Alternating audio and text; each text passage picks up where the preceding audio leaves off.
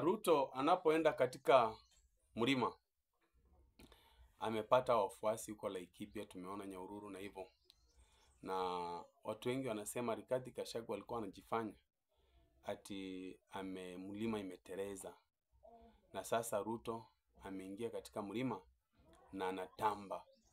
But mimi nataka kusema hivi, kwa mkutano wa siasa kuna watu sambuli tatu. Number one, wengine wamekuwa mobilized na wamelipwa.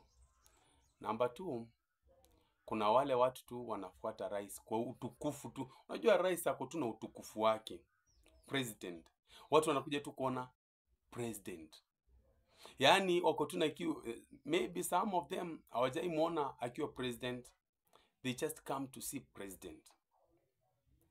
Number three, watu wengine ni wale hawajui mahali wanaenda. Yaani unakuta kitu tuseme kwa mfano hata katikati ya town kunafanyika kitu, unaona watu wamejaa tu all of a sudden. Kuna watu kama hao. So kuna watu type tatu wanaohudhuria mikutano kama hiyo.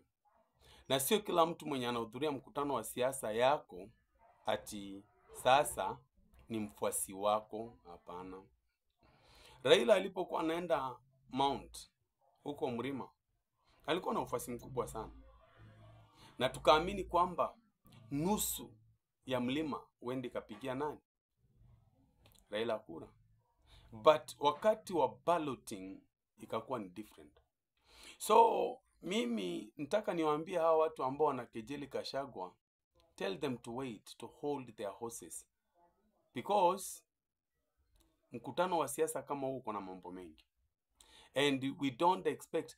Did you really expect that president amekuja katika mkutano na watu hawajatokea? That is very hard. I've never seen. Hiyo haifanyikangi. Rais akikuja lazima watu watakuja. Hata asipomobilize watu watakuja.